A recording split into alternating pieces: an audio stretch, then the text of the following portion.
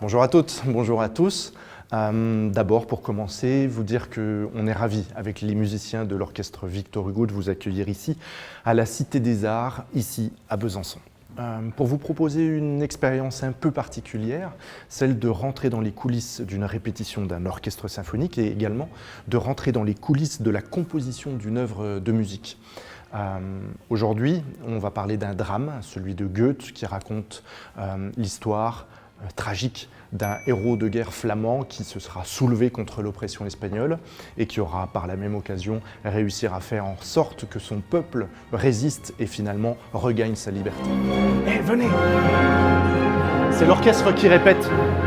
En fait, il répète une œuvre de Beethoven. Beethoven, on dit que Beethoven est un compositeur qui est plein de fougue. Venez voir pourquoi.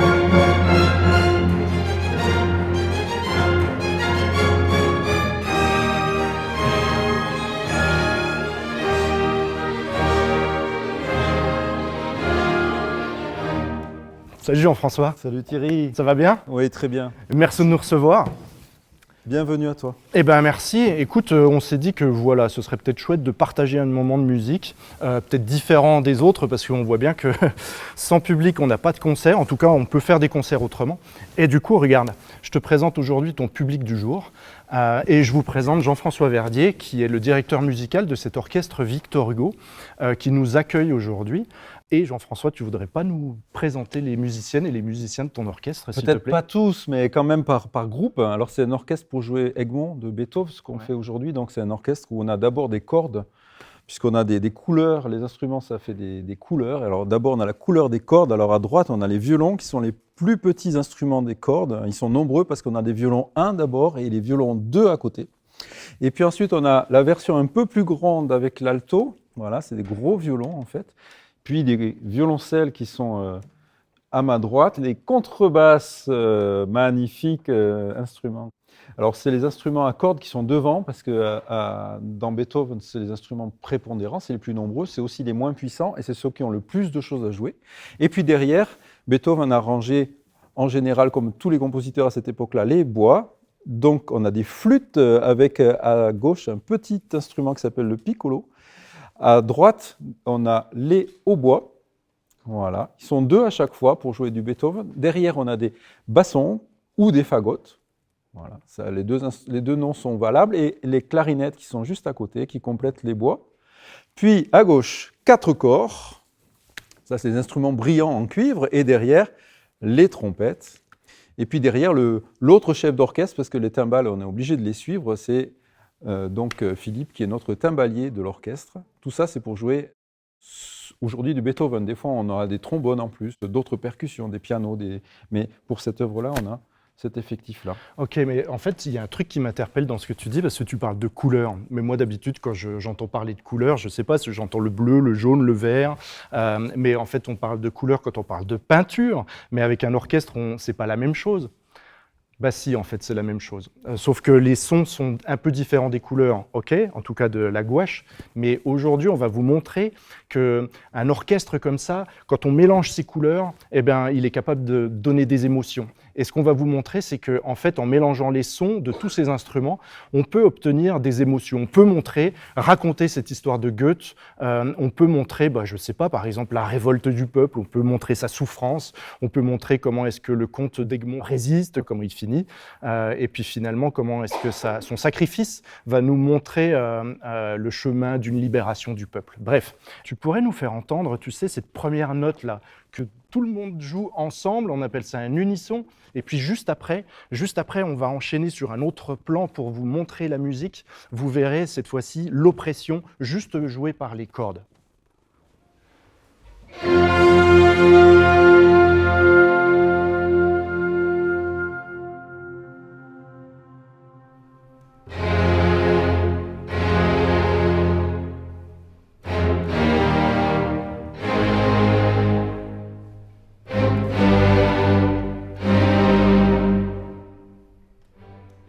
Cette impression de puissance, c'est exactement une des marques de fabrique de Beethoven, comme la liberté, le destin, la fougue.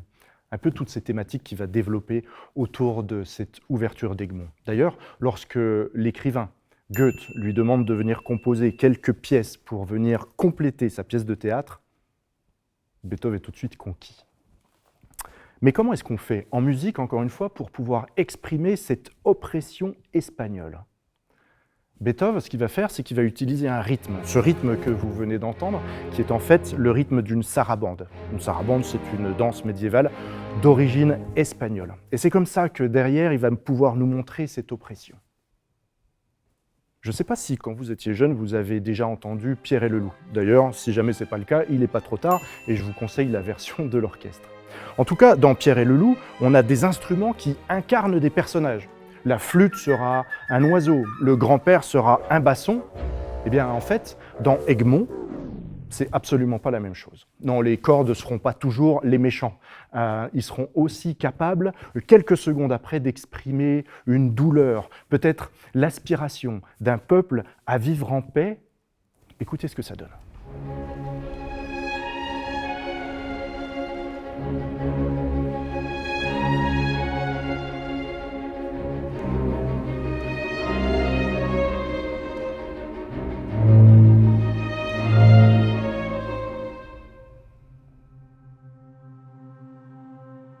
Du coup, on vient d'entendre les cordes nous dire différents sentiments, et maintenant, vous aurez bien compris que c'est qu'une affaire pour le compositeur de couleurs, de choix. Il va mélanger les couleurs pour donner des nouveaux sons. Voyons ce que ça donne, par exemple, cette fois avec la famille des vents, dans une disposition un peu particulière, juste mise en place pour vous faire comprendre par vos yeux et par vos oreilles comment la musique se déroule. D'abord, vous entendrez les cors, les trompettes, la clarinette, le basson, le hautbois et la flûte nous dire cette terreur. Et derrière, les instruments un par un, d'abord la clarinette, ensuite le basson, le hautbois puis la flûte, nous diront la douleur. Écoutez ça.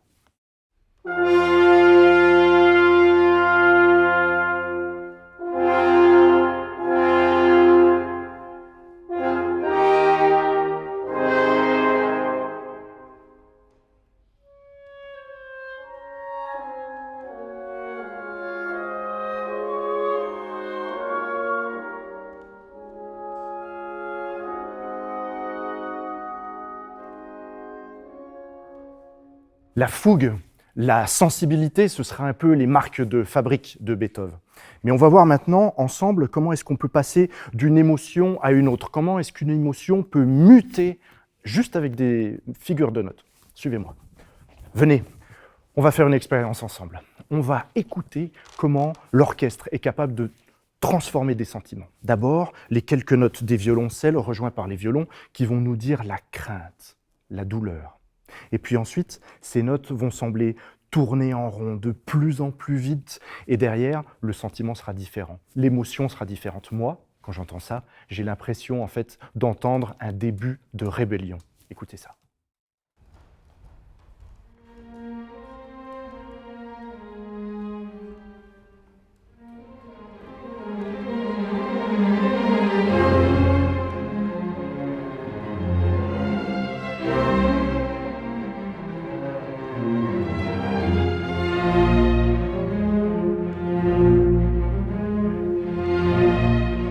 Toutes ces idées révolutionnaires, c'est quelque chose qui est vraiment cher à notre Beethoven. D'ailleurs, il était même pour le suffrage universel au temps des familles impériales. Peu importe. Il était aussi un fervent admirateur d'un Français qui s'appelait Napoléon, qu'il espérait même voir diriger à un moment donné une république héroïque. Jusqu'au moment où Napoléon va se faire couronner empereur, et à partir de ce moment-là, il le haïra. Peut-être d'ailleurs que ce sentiment viendra nourrir notre ouverture d'Egmont parce qu'on est en 1810 et en 1810, Beethoven vit à Vienne et en 1810, à Vienne, l'armée française occupe la ville depuis presque une année. Alors tout à l'heure, on a vu ensemble comment est-ce qu'on pouvait dire la souffrance, comment est-ce qu'on pouvait dire la rébellion. Maintenant, on va regarder comment est-ce que ce peuple va être en colère. C'est la musique, encore une fois, qui va nous montrer ses émotions. Je ne sais pas comment vous êtes, vous, quand vous êtes en colère, mais en fait, moi, habituellement, j'ai le cœur qui bat. Enfin, souvent même, mais le cœur qui bat de plus en plus fort. Et ici, Beethoven va nous montrer ça avec les contrebasses et les violoncelles qui vont faire ce rythme répétitif. Écoutez ça.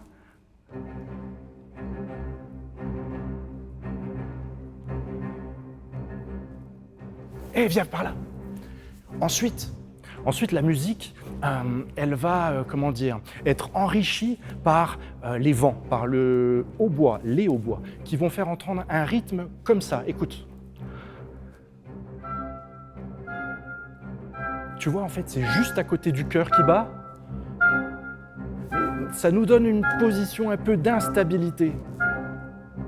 Bon, je me suis trompé, il y a aussi les corps. Les corps qui jouent ça, viens voir.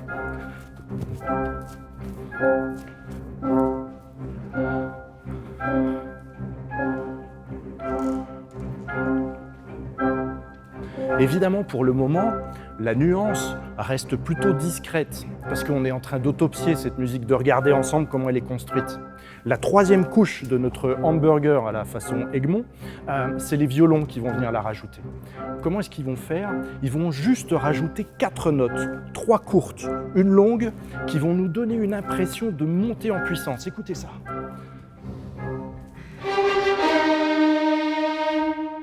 Ah ouais, mais tu sais, Jean-François, ok, Beethoven, c'est la fougue, Egmont, c'est la résistance, mais en fait, ça, c'est pas la bonne musique. Mais c'est le destin. Oui, d'accord, c'est le destin. C'est le destin, c'est la signature du destin chez Beethoven. C'est-à-dire? Pa, pa, pam, pam. Ouais, non, mais ça, moi, ça me rappelle plutôt une autre symphonie, la 5e. La 5e, exactement. C'est ça, il l'a composée juste avant. Tu veux dire qu'il l'a rajouté dans cette partition? Ah oui, il utilise exactement le motif du destin après dans Egmont. Ok, mais là, moi, j'ai entendu un tempo plutôt lent. Et fort. Et fort. Évidemment. Ouais, c'était complètement à côté, quoi. Enfin, à côté de Egmont. Tu pourrais nous montrer comment est-ce qu'on fait pour transformer ce pa-pa-pa-pam, ce destin, en un destin un peu plus, je sais pas, tonique, dynamique, tout ça? Voilà, comment on va essayer.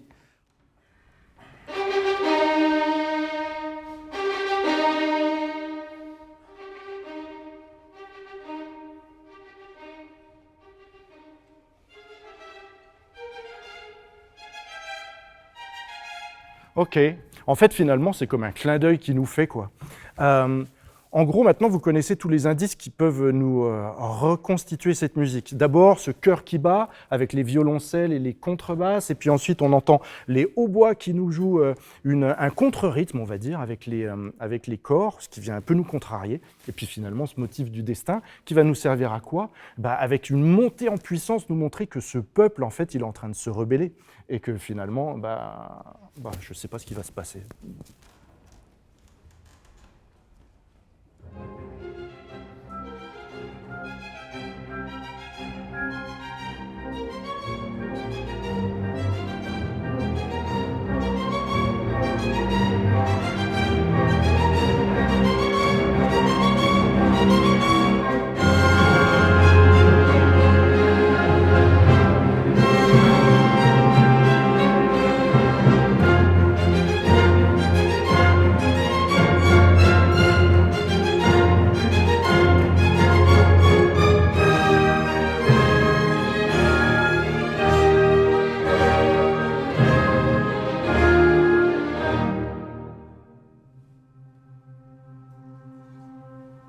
Le comte d'Egmont, c'est un personnage positif, un vrai gentil, très optimiste.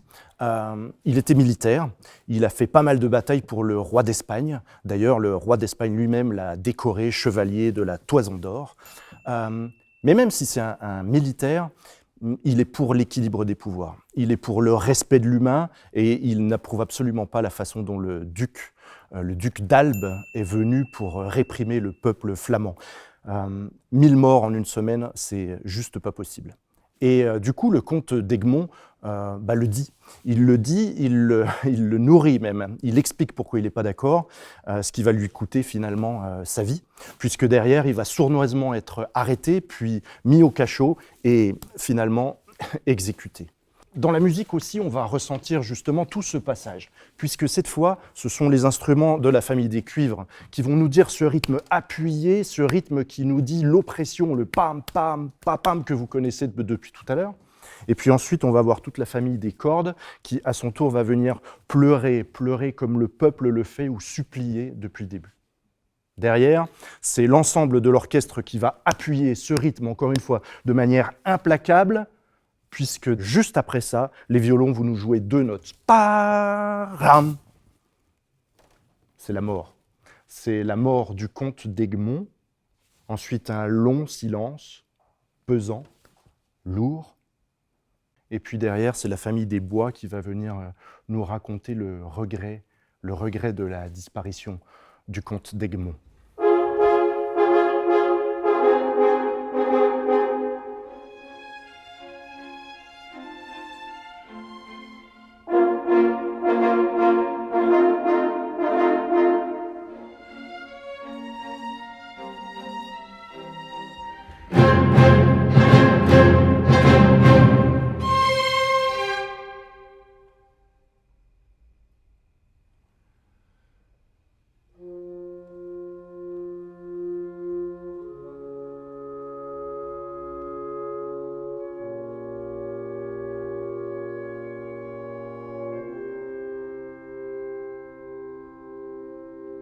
En fait, la mort d'Egmont, que ce soit pour Goethe ou pour Beethoven, c'est absolument pas une défaite. Au contraire, c'est une victoire.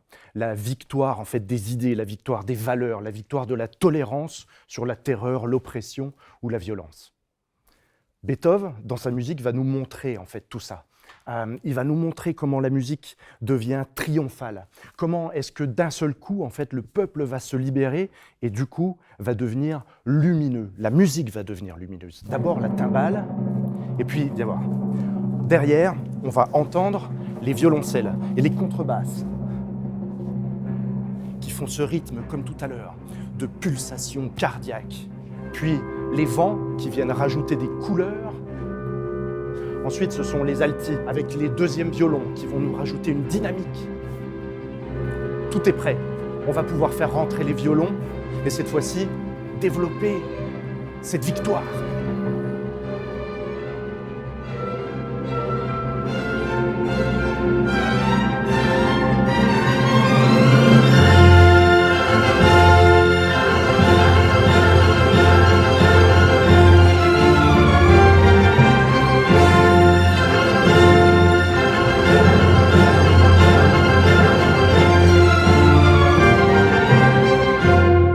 Merci Jean-François, et merci à l'ensemble des musiciennes et musiciens qui nous ont fait vivre cette ouverture d'Egmont de Beethoven. Alors voilà, en fait, vous maîtrisez maintenant tous les indices qui vous permettent de reconstituer ce puzzle de cette ouverture. Juste pour vous résumer les choses, puisque maintenant nous allons l'écouter en entier, souvenez-vous d'abord, dans un climat plutôt tendu, dans un climat d'angoisse, on entend un rythme implacable, violent, qui nous fait entendre en fait l'oppression du tyran. En opposition à ça, on entend des plaintes, peut-être les plaintes du peuple qui essaie de résister, mais qui a peu d'armes finalement face à cette armée. Mais le peuple se soulève, porté notamment par le héroïsme de notre personnage, ce comte d'Egmont, qui va permettre, par sa résistance, de sublimer ses valeurs, celle de considérer que le respect de l'humain est le plus important. Malgré tout, de nouveau, par des rythmes implacables, cette résistance va être complètement écrasée. On entendra même dans l'orchestre, finalement, malgré son héroïsme, notre comte d'Egmont mourir, symbolisé par deux notes assez violentes des violons. Puis un silence assourdissant. Le peuple pleure, mais la résistance s'est organisée. Et finalement, ce meurtre de notre héros, c'est une victoire des valeurs. Alors l'orchestre, par un crescendo, une montée en puissance, va se sublimer pour montrer dans une fanfare triomphale que finalement la liberté est plus forte que cette oppression. Vous aurez bien compris que pour Beethoven, évidemment, cet argument de Goethe est quelque chose de très intéressant, mais surtout, cet argument rentre en résonance avec ses valeurs de liberté, ses valeurs de résistance révolutionnaire, de ce héros qui dit non à l'occupant. La première représentation publique de cette œuvre aura lieu le 24 mai 1810. Oui, c'était hier, mais comme quoi les idées d'hier peuvent parfois aussi rentrer en résonance avec certaines idées d'aujourd'hui. Quoi qu'il en soit, maintenant c'est à votre tour de vous concentrer sur la musique. Vous avez tous les indices nécessaires pour partager cette musique avec l'ensemble des musiciennes et musiciens de l'orchestre Victor Hugo. Alors bonne écoute.